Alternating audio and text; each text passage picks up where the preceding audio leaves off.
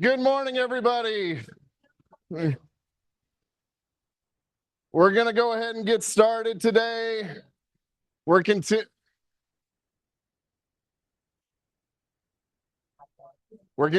on with our reading the Bible in a year, a chronological Bible year. So we are pretty much almost at the midway point here in our Bible readings. And I want to say happy Father's Day to all the fathers. I found out in 2017, I found out on Father's Day I would actually become a father for the first time. So Father's Day is a very important day for me, having now done it twice now. Oh, I need to mute myself. So did that change anything? Okay. So very important day for me. So we're kind of going on with our chronological Bible. Why is it not moving? There we go. So here's kind of a little recap. So we've been into most of 2 Kings. We've done Chronicles, 2 Chronicles, and we did Jonah and most of Amos. So these were the Bible readings for this week. I hope everybody read. I'm going to quiz you here in a little bit, kind of understand certain things. So what happens is that the last time I taught, there was a regime change. It was Solomon taking over for David. We now have another, I wouldn't say regime change, but we have another change. We kind of have the passing of the torch, if you will. So we have Elijah who ascends into heaven, and we have Elisha, which I had to explain to Jack, that my son, that they're two different people. There's Elijah and Elisha. I think they did that on purpose. So we have the passing of the torch from Elijah to Elisha. So he now becomes kind of the point man for what's going on in these next in these verses that we're learning about. So I just want to kind of open it up with a question. So in the time of constant political change and spiritual compromise, what does it look like for God's people to remain faithful?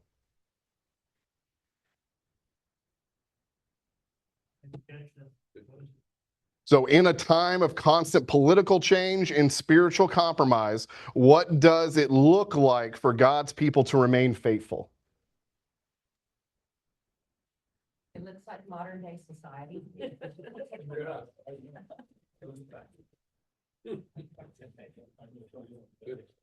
Strong faith. Strong faith.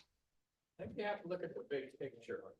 I mean, if you look at, just this week and next week and next year, you're going to miss the fact that society goes up, society goes down, up and down, up and down.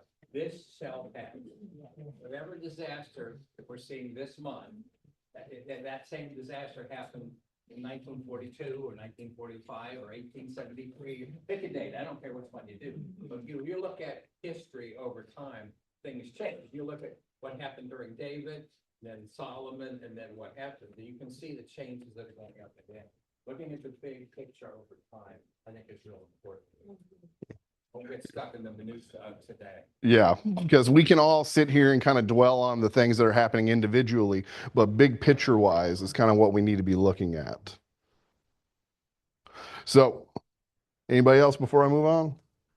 Go for it. Maybe it's just thought, and I've probably stated this before, but we have to remember where citizenship is. It's not in the United States. It's not in Texas. It's not in Houston. It's not in Kingwood and its surrounding and the various things. It's in heaven. It's God. And so we have to be laser focused on God's rule, and the rest will just happen around us. Yeah. We're ambassadors. We're not citizens of the country in which we're in. Mm-hmm. God didn't change, the people kept changing. Yeah. Yeah. And we're going to see that happen in these verses that we're going to read in the chapters we're going to look at. Probably always has states, you'll see different, peculiar set of points. Yeah. I got that.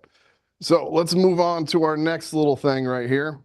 So my first question kind of start out. So that was our opening question. Now we got question number one going into everything. So what stands out to you in Elisha's the ministry and miracles about God's heart for ordinary people? So we have Elisha. He takes on the role after Elijah ascends into heaven. What did Elisha ask for before he leaves? Double portion. Why did he ask for a double portion? So I had to dive down deep into this, when I was looking this up, like why would anybody want double? Because at the time, and the one thing that I found out is for the time period, if you were someone if you were a father and you were about to die, the oldest son would get double the inheritance compared to the younger sons. So I can't say that for sure that's what happened, but based on my readings, this could be a situation where he felt that he was the predecessor. He was going to take on the torch. I should get double what you have offered anybody else. So he gets on double. He actually takes on a lot of different things, and he performs many different miracles. So what stands out?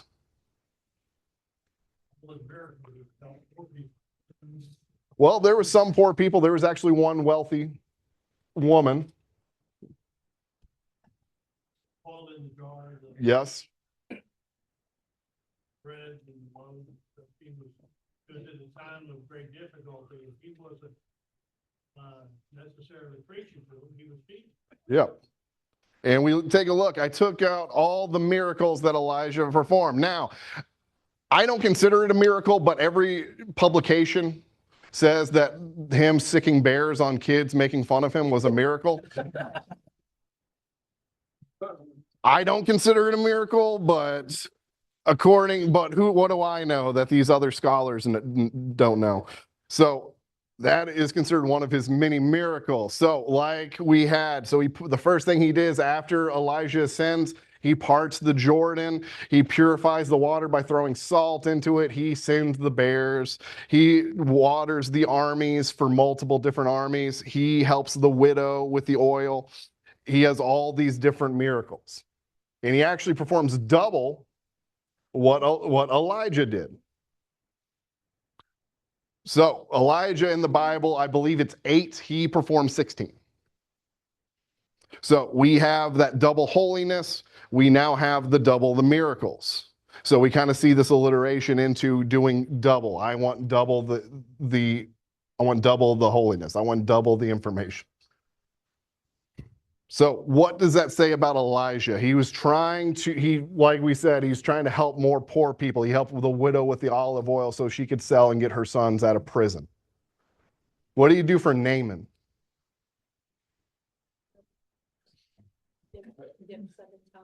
Yep, he had to go to the Jordan River, dip 7 times, and he was healed of his leprosy. So this is another thing that kind of goes with it. Who was Naaman?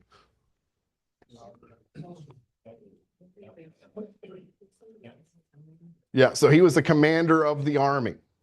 And so I feel that this was a way to show, in a big sense, to show all these soldiers. It was kind of a show thing to say, hey, I'm going to heal you, and this is why you're going to win these battles.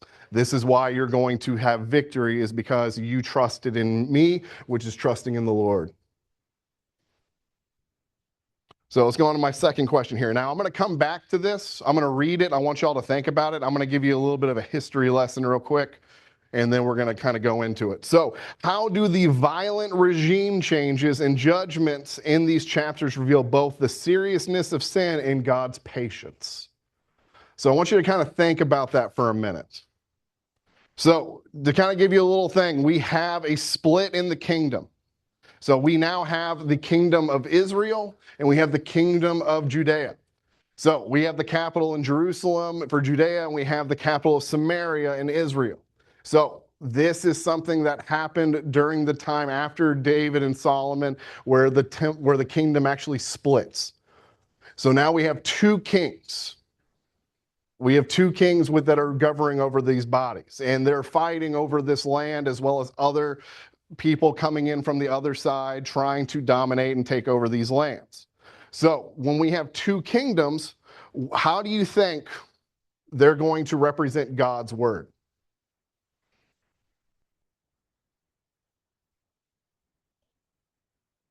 What do you think happens to these kings? Are they going to follow what happened, or are they going to keep doing what they were doing? That's also similar to today. Every time someone comes into power, they're like, well, I'm gonna just change everything. Yeah. Let's make this my own. Yeah. So let's take a look at some of those. So over on the right-hand side, we have the kings of Israel, and on the left-hand side, we have the kings of Judea. Now, I don't need you to know the names or the years or how long they reigned. What we need to look at is in the middle. If there's a black check next to their name, it's a thumbs down. It means they did not follow what God was doing. If then some of them have thumbs medium, which means that they did a little bit of what, but they didn't fully do what needed to happen. There was maybe some other sacrifices going on, or they weren't exactly doing what they're supposed to. Thumbs up means that they were doing exactly what God said. What do we say about the kingdom of Israel? They were on the struggle bus. They were not doing anything that God wanted them to do. Now, we have seen God tear up people for less. Why do we see this continuous of grievances against the Lord continue to happen? Because they keep following the practices of the kings or their dads before them, right? Like you read, especially the history of Israel. I think like what's interesting to me, one of the things I keyed in on is I think it was either Ahaziah, Joram, somewhere in there. But they reference Omri a lot. Like it was Omri's something or other, right? I have to go back and look at the specifics. But it kept resonating with me that they were following the practices of the people that came before them, right? Mhm. They didn't do what Deuteronomy said, where the king should, meditate on the laws of the Lord, day after day. They didn't do that. They just kept following the practices of people before. Yeah. And we know that Jeroboam is the one who was, he set up the two the cows or the calves on two different portions of the kingdom because he was afraid that his people would return to Jerusalem to worship and then leave, right? So Yeah. we already know that they weren't set up for success from the beginning. Yeah. So they're just kind of following the predecessors and being like, okay, I'm going to keep doing what has been doing. It seems to be working, but it's not necessarily doing it the way. We look at the kingdom of Judah, on the other hand, we have a long line of people doing the wrong thing, doing the okay thing, and then doing the right thing. So along the way, some of them kind of figured out, but some of them obviously did not. And we see in 2 Kings about all the political assassinations. We see people rising up against enemies. We see all of this happening. And it's a little confusing sometimes because it talks about in the 7th year, this person became king of Israel, and then keeping track of which kings are in Judea, and then all the people murdering everybody, and then saying, hey, you did me wrong, so I'm going to do this. And then we have corruption. And so it's a little hard to kind of keep track. So I wanted to kind of show you this to kind of keep your eye on what's exactly going on and who is involved and what is happening. So let me go back to the question now that we've kind of took a little deep dive into it. So how do the violent regime changes and judgments in these chapters reveal both the seriousness of sin and God's patience? Because there's been multiple times in these verses where God says he's angry. The Lord became angry about this. It actually says that he became angry. So again, he has the ability to change things. Like I said, we've seen people get their comeuppance for a lot less.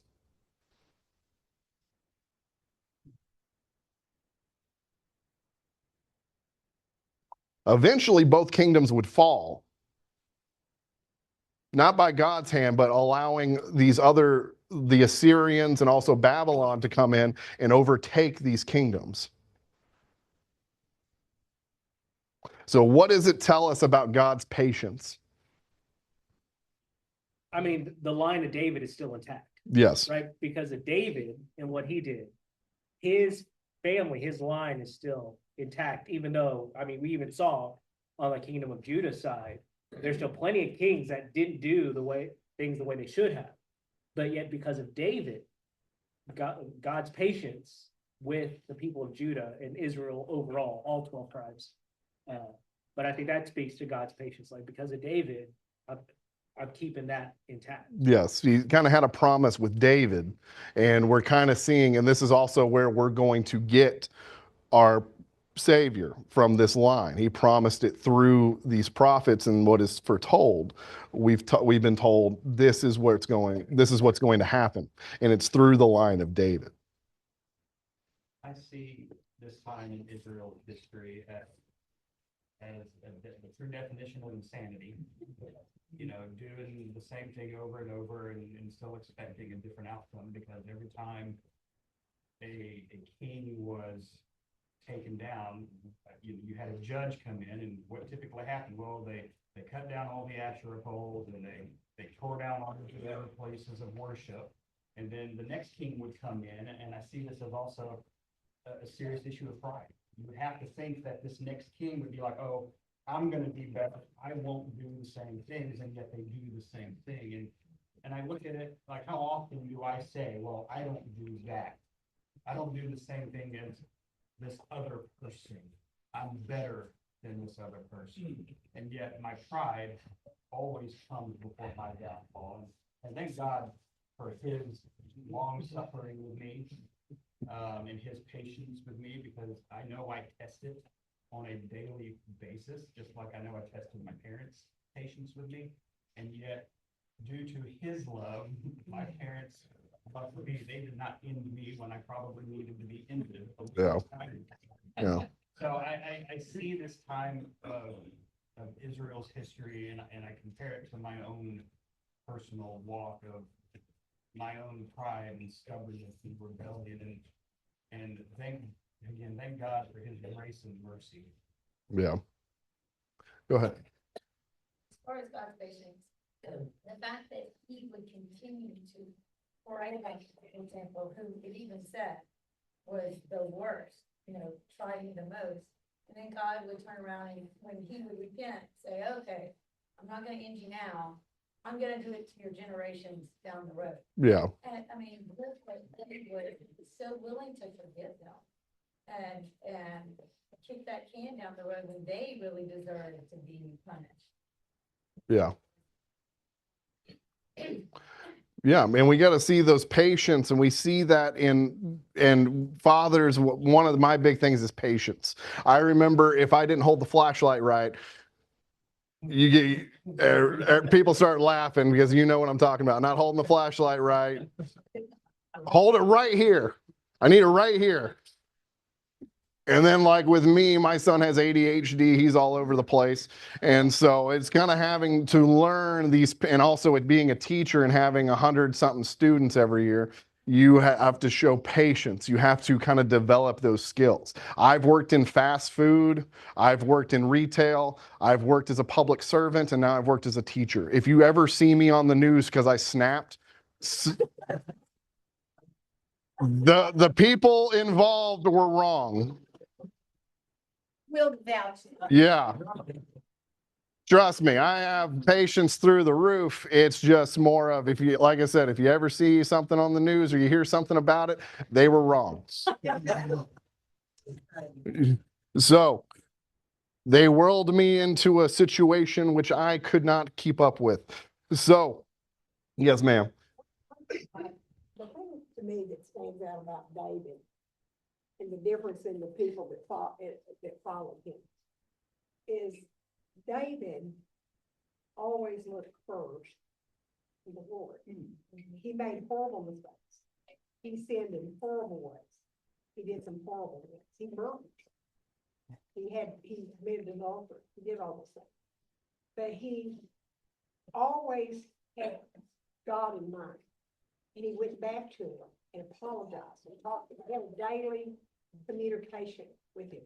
He started every day talking to us. And I think what happened with some people later on, maybe they wanted to do better, but what they lost was that communication with the Father. They didn't have that, focus. Mhm. That was the difference, because it wasn't that he was such a better man in so many ways, because a lot of people, like, he failed in many ways, Yeah. but it was because of his focus on the Lord. And he came back, he would fall and then he'd come back up. He'd fall and then he'd get back up and talk to him. And I think that is where, when they felt, they moved along with the pressure of the, and I see that happening today. You're talking about, a while ago, you were talking about the way politics and everything are today. I see that today. You see how people are drawn by the crowd, and what these crowds are saying, Yeah. instead of by what God is saying. That should be the difference between us and others. Yeah. But the difference between us and others is that people that see us and see our lives should see something different from what they're seeing in payoff. Yeah. And kind of right now with the World Cup, my favorite thing right now is watching all the foreigners come in and try Cracker Barrel and go to Buc-ee's. Yeah, and ranch for the first time. And they're like, and then also kind of seeing it's like, hey, America's not so bad. They're seeing it firsthand.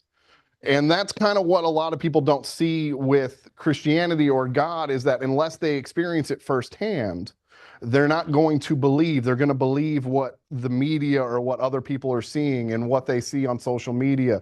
And so unless they experience it truly firsthand, they do not know what's going on. They have to take their opinion.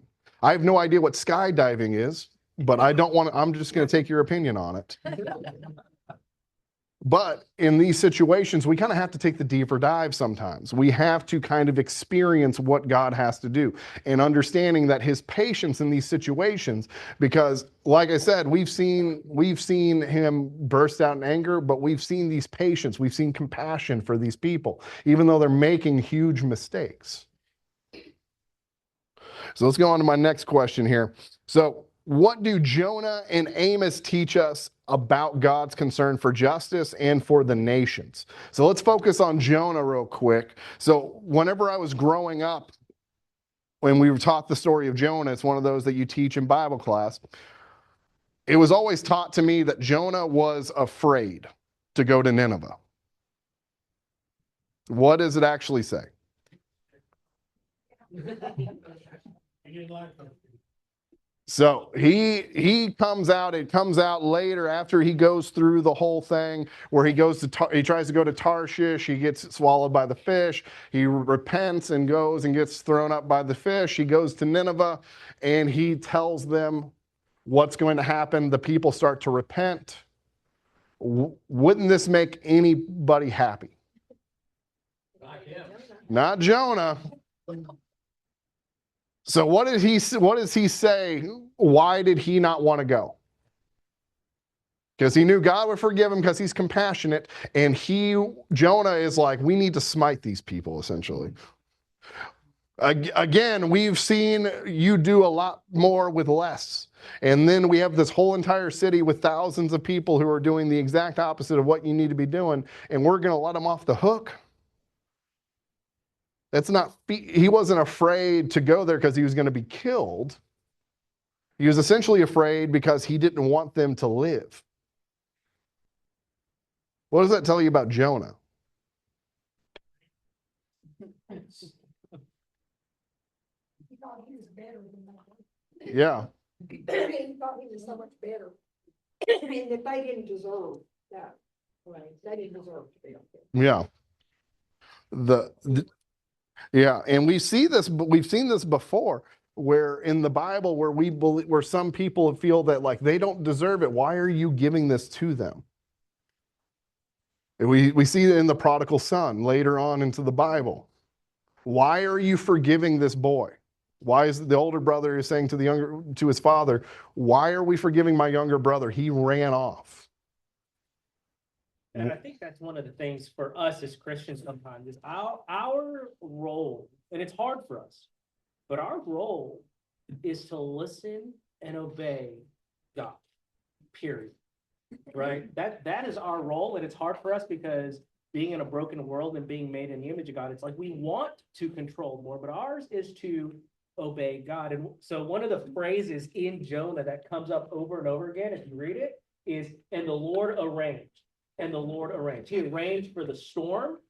He arranged for the fish to come swallow him. He arranged for the vine that gave him shade. And he arranged for the worm that came in. And one of the commentaries that I was reading through and kind of talking through with someone is it showed that everything in this story was obedient to God except Jonah, Yeah. right? The winds, the waves, the water, the fish, which to the Israelite and Hebrew people, you got to remember that culturally, water represents turmoil, sin, the depths. You know, that's where demons come from, is the ocean. And yet, creatures in this space obeyed God. And everything followed what God intended and orchestrated, Yeah. except Jonah. Yeah. And we look into Jonah right here, and this is the very end. So remember, he goes off outside the city. He is basically pouting, and he's like, woe is me, I want to die. And he builds a little shelter. God puts a tree over him, and then the worm comes and withers the tree away. And he says, why are you angry about the plant? He's like, should you be angry? Yes, I should be angry. You took it away from me. And he says, but the Lord said, you have been concerned about this plant, though you did not tend it or make it grow. It sprang up overnight and died overnight. And should I not have concern for the great city of Nineveh, in which there are more than 120,000 people who cannot tell their right hand from their left, and also many animals? But why do you think God picked someone like Jonah to teach them? That is a good question.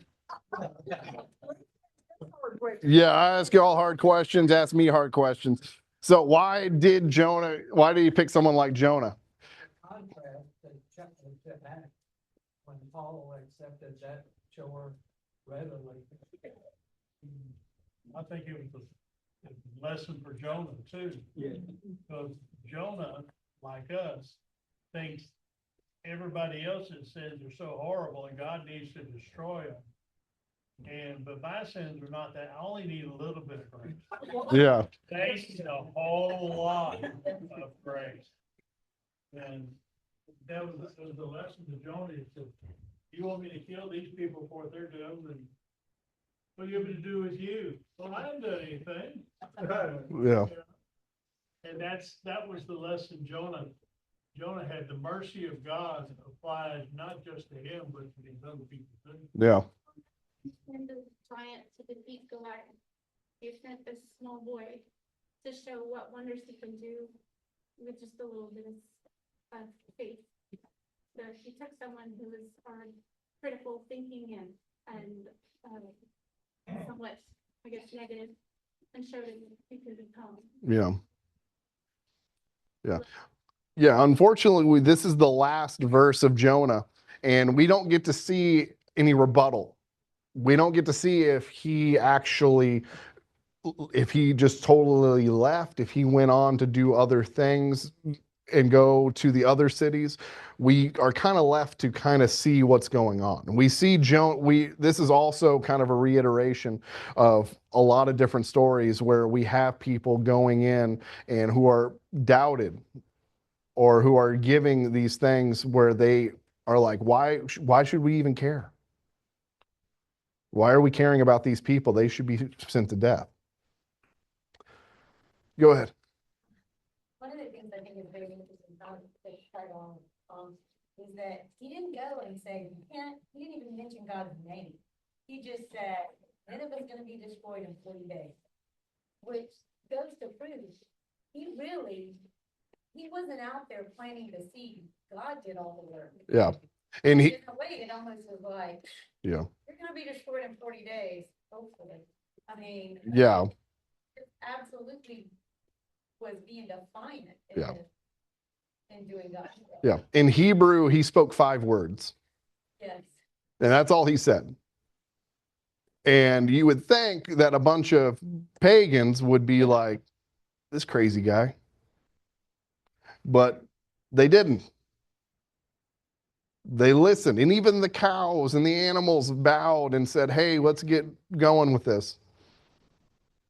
John is the exact opposite of Christ. You know, you think of, you can parallel their 2 stories. God told Jonah to go to Nineveh so they could repent. Jonah fled the opposite direction. Then he spent 3 days in the depths. God told Jesus, you know, go down, become a human, so that I may forgive and sanctify not just the Israelites, but the world. And Jesus willingly left his home, gave up everything he had, became a slave, and died. He spent 3 days, and then he arose. And because of that, the whole world came to repentance. Yeah. Jonah is the exact opposite. Yeah. Yeah, he's compared to him. Yeah. You know, the Ninevites knew who Jonah was as a representative of God. I mean, if they did, this guy, representative of God, comes in half digested, smelling like fish, saying you're all going to be destroyed. And they're like, man, this is what God did to his own like spokesman. We better. Yeah. That's a good thing to kind of consider is, did they know who Jonah was before he came into this? Because this is a town that was fairly far away, and it was actually a large town. It took them 3 days to even get to the center of town. So it's something to kind of consider with all this and how Jonah is. Now I want to kind of shift gears and talk about Amos for a minute. So who is Amos?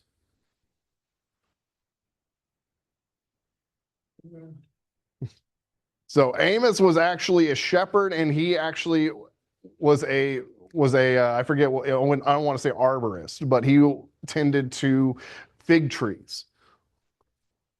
So he was not like Jonah. He was not a traditional prophet where he was preaching it. The number one thing that he had a problem with is that he lived in Judea. He lived in Judea and in the northern part of Judea, and he had a very big problem with the Israelite kings. And so he felt compelled, with all the sinning and all the things that were going on, he felt compelled to go and speak to these kings and explain what they are doing wrong. So let me go back to my question here. So what does Amos teach us about God's concern for justice and for the nations?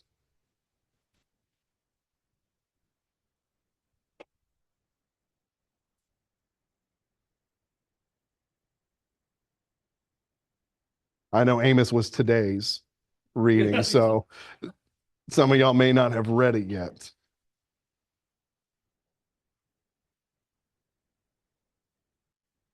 So what does that tell us? So like I said, Amos was not one of these traditional prophets. He was simply a man who decided he wanted to go do something. He wanted to make a point. What does that tell us about us?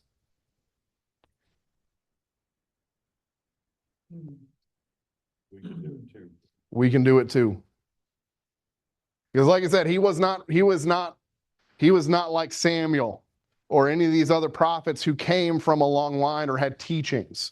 He wasn't like Elisha, who was with Elijah and kind of working with him and kind of seeing it. He didn't have anybody. He was not like following anybody. He wasn't a disciple. He wasn't really anything.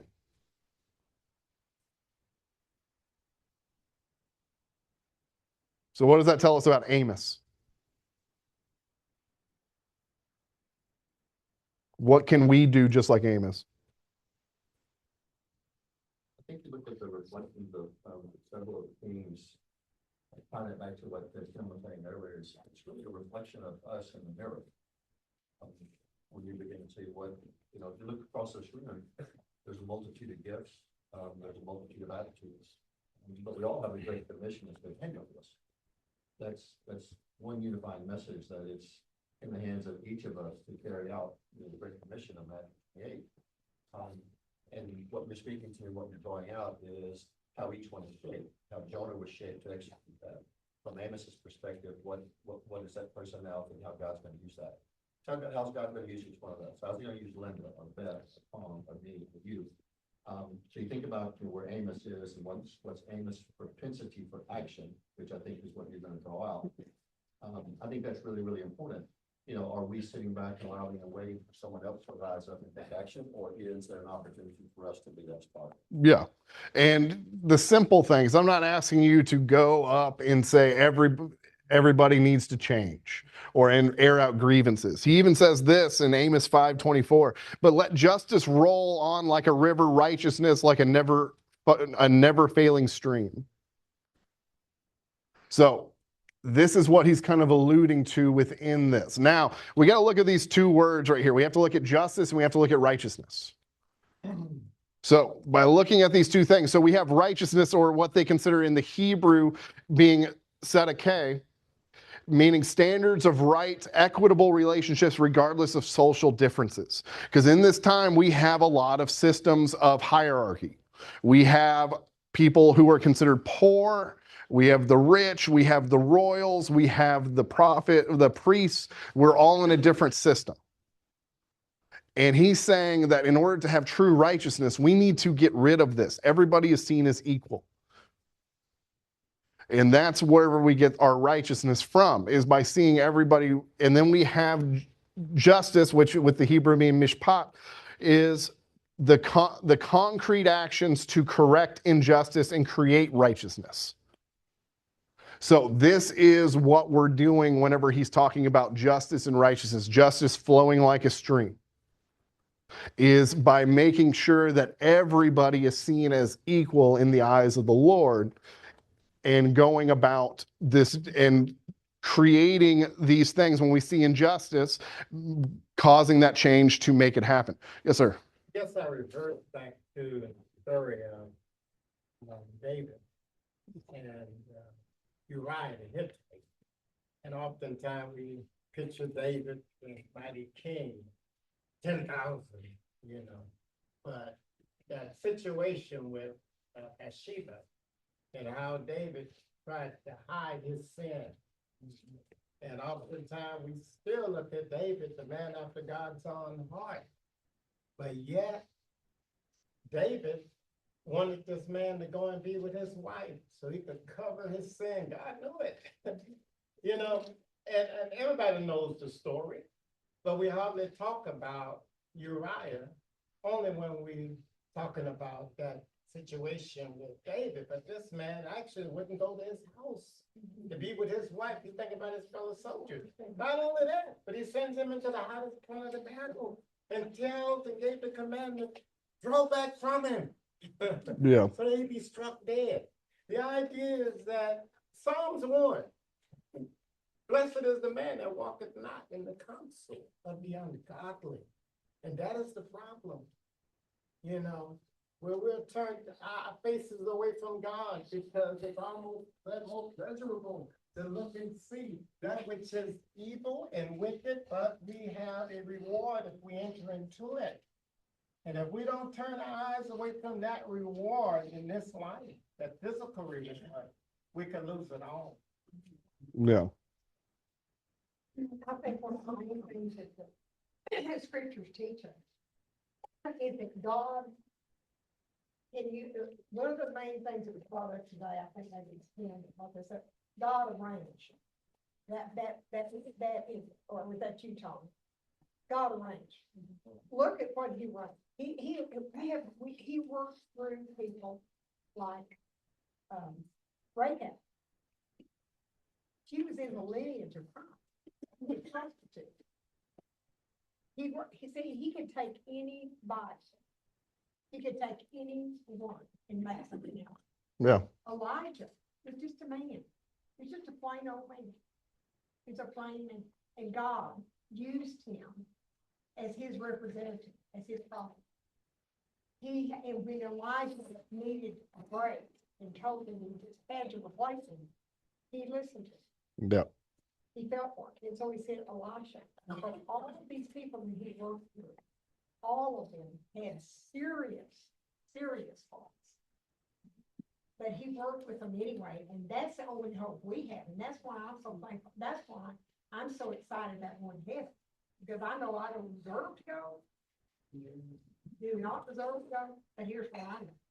God can take any of us and use us to teach others.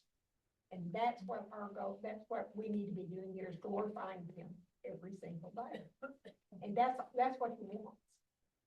And he will forgive you when you stumble. Yeah.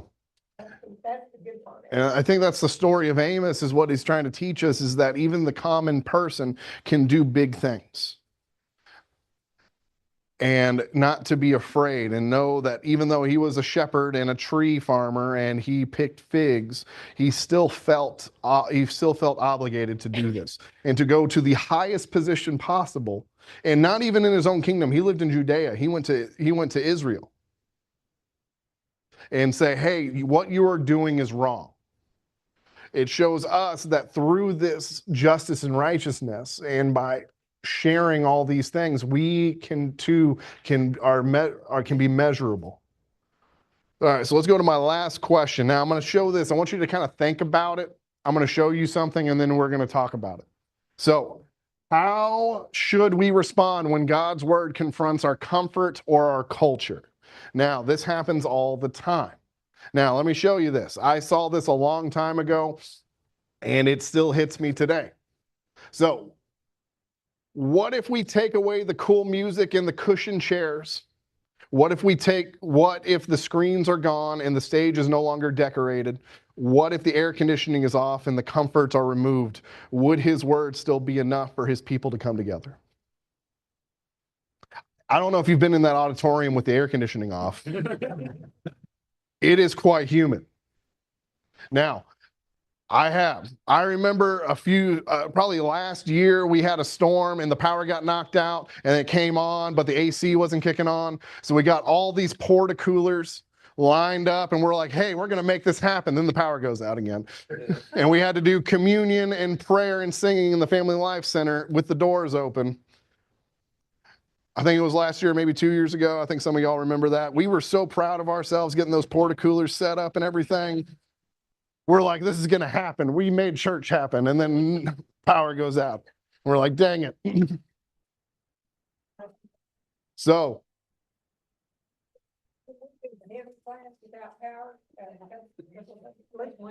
Yeah. So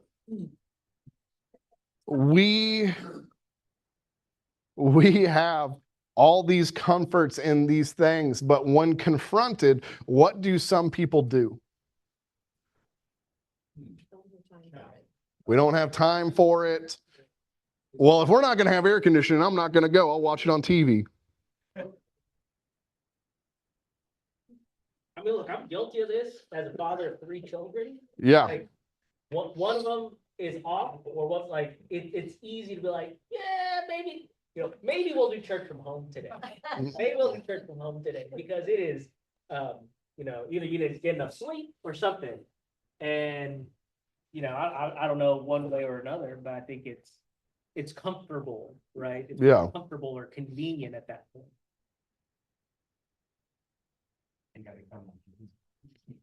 Become like Jonah. Vine is withered, I'm upset that my shade is gone. Yeah. Woe is me, how can you do this to me, God? It's all now an inward selfish reflection instead of my true purpose. I think we're much more aware of others, what may or may not happen to them, because when I was a child, I think my parents took me, I may have had 104-degree fever. Like there was no staying home unless you were like throwing up and you couldn't, Yeah. Yeah. I think we're much more aware, like, if I'm sick, I don't want to go and then cause somebody else to be sick and cause them issues. I think we're more aware of that. But I also think that we are much more concerned for our own comfort in general than, you know. My kids can't believe that we actually went to school in Mississippi without air conditioning until we were a certain age, when the PTA raised enough money for us to have air conditioning. So, Yeah. like, I can't believe y'all had to go to school and it was 100 and something degrees. Yeah. Yeah.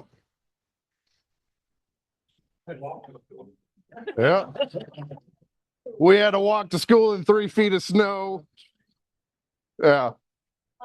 But it just goes to show, and a lot of these things is whenever we're dealing with comfort and we're confronted with it, or even our culture, we have a lot of times where we're willing to roll over and just kind of deal with the situation.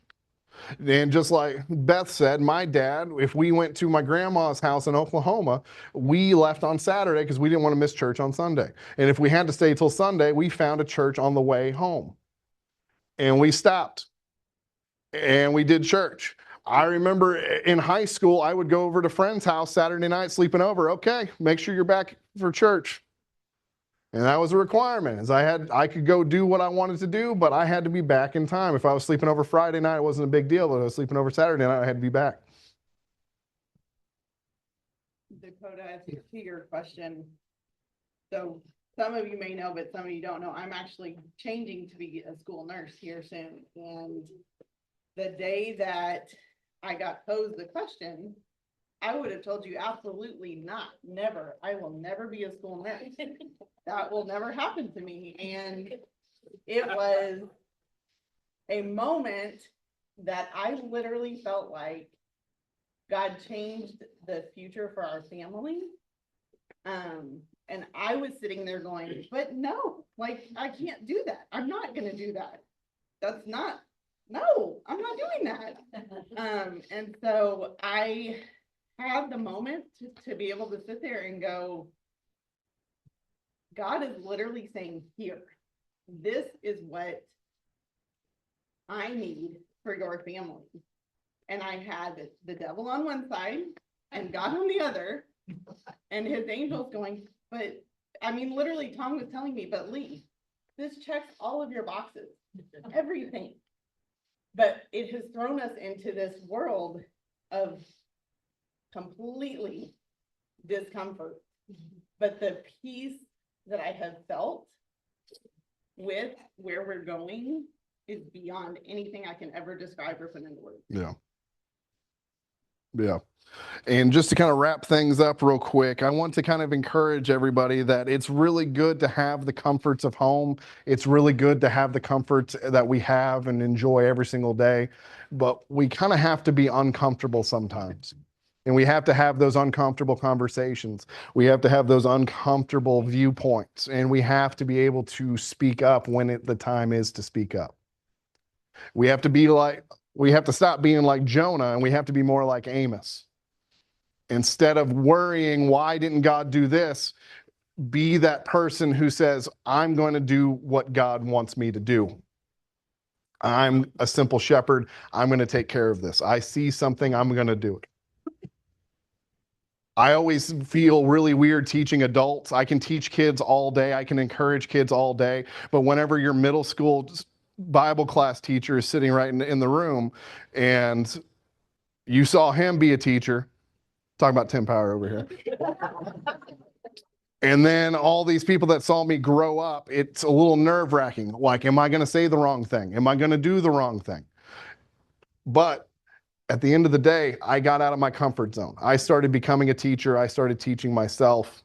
And this is, I feel, where God was calling me to be. So if you feel called, whatever that may be, try to find something this week that's going to help you establish this situation. Be more like Amos, less like Jonah, and go with God. No. Thank you, guys.